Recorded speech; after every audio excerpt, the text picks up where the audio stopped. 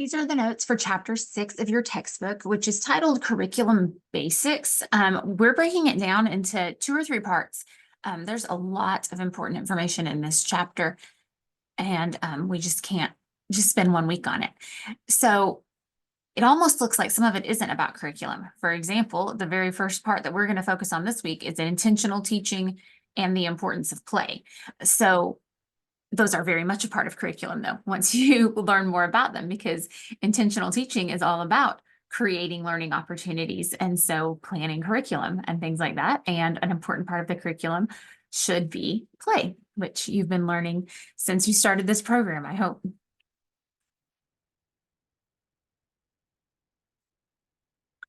So here are our domains that we've focused a lot on the last couple of weeks, the different learning domains: cognitive, language, sometimes those are put together, physical, and social emotional. And of course, those are important to planning because we need to plan to meet the developmental needs of children in all of these areas. And all of this can be done through play. So intentional teaching is about purposefully guiding children's learning experiences, and it involves planning activities and interactions that promote their development and sense of self. And so that can be interactions with other children, interactions with you, interactions with other adults, and planning not only activities, but planning the environment in a way that it promotes learning opportunities and opportunities for you to intentionally teach. And this is something that you'll get better at as you practice, because you'll start realizing all kinds of opportunities throughout the day for intentional teaching. Some of them will be planned out. Some of them will be impromptu. Hey, I see that these kids are playing with this. Here's what I can do. And that's the kind of thing that you'll read about in these articles. There are scenarios for both of those in these articles. But even when they seem impromptu and it's just, oh, the teacher saw the children doing this and so she went this, in reality, in a well-planned environment, maybe those weren't so spontaneous because the teacher had planned that environment and placed things in that environment to lead to learning opportunities. So individual differences in children play a crucial role in intentional teaching in early childhood. By recognizing and understanding each child's unique strengths and interests and learning styles, you as an intentional teacher can tailor your approach to meet the specific needs of each child. So of course, that helps create a more inclusive and effective learning environment for everyone.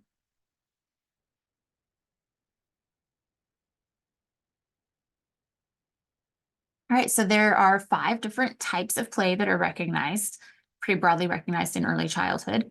Sociodramatic play is a type of play where children engage in pretend scenarios and take on different roles. It's a great way for them to develop social skills, problem-solving abilities, and creativity. And they can act out real-life situations and explore different perspectives. So it's really fun to watch them use their imaginations in this way, and know that while they're doing it, they're learning how to interact or how to handle real-life scenarios. And that's also a great opportunity for you as an intentional teacher to observe and maybe ask questions sometimes, not always in getting involved, but sometimes in the dramatic play that leads to new scenarios and things like that. Creative play is an essential part of childhood. It's all about letting your imagination run wild and expressing yourself through art, through storytelling, and through any kind of imaginative play. So whether it's building with blocks or painting or playing make-believe, again, creative play helps children develop their problem-solving skills, their self-expression, and their creativity. So it's a wonderful way to have fun and to learn at the same time. Exploratory play is another important type of play. It's all about letting children freely explore and interact with their environment. And that can be exploring nature, playing with sensory materials, or experimenting with objects. Whether they're doing any of those, exploratory play helps children develop their curiosity, builds problem-solving skills, and helps them develop their cognitive abilities. And constructive play is a type of play where children use materials to build, to create, and to construct. It can involve building with blocks, so you see some of these overlap some, Legos, or even using part of supplies to make something new. Constructive play helps children develop their fine motor skills, spatial awareness, and problem-solving abilities. It's amazing to see creativity come to life in this way. Um, my little brother and sister and I'm quite a bit older than them, and we used to go on walks where they would just collect things, and then when we got home, they were creative with them and they would do things. And I don't necessarily mean trash, it was out in the country, but they might see rocks or parts of branches that they liked, things like that. And it was always fun to see them be creative in that way. Locomotor play is about movement and physical activity. It includes activities like running, jumping, hopping, skipping. And it's a great way for children to develop their gross motor skills, coordination, and balance. It's also a lot of fun to play games.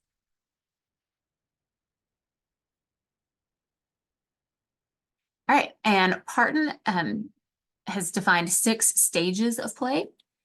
So we'll just go through those.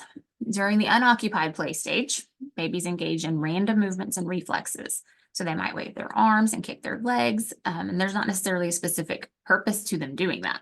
But this type of play helps them explore their bodies and develop their motor skills. And it's a lot of fun to watch them. Solitary play is an important stage of play. As it says here, is typically from birth to 2 years old. And it's during this time that children engage in independent play, focusing on exploring and interacting with toys and objects on their own. It helps them to develop their imagination, their creativity, and their problem-solving skills. All right, and the spectator onlooker behavior. During the stage, they enjoy observing others play without actively participating. It's a way for them to learn and to learn from and to imitate others. And so that helps build their social and cognitive skills. And it's fun to, you can just tell when there's something going on in their brains and they're just soaking it all in. And then later you can see the effects of them trying to mimic what they saw. Parallel play. They play alongside their peers, just like it sounds like, without direct interaction, though. They may play with similar toys or engage in similar activities, but they're focused more on their own play rather than trying to play together. So it's a stepping stone towards interactive play in the future, but they're not doing it yet.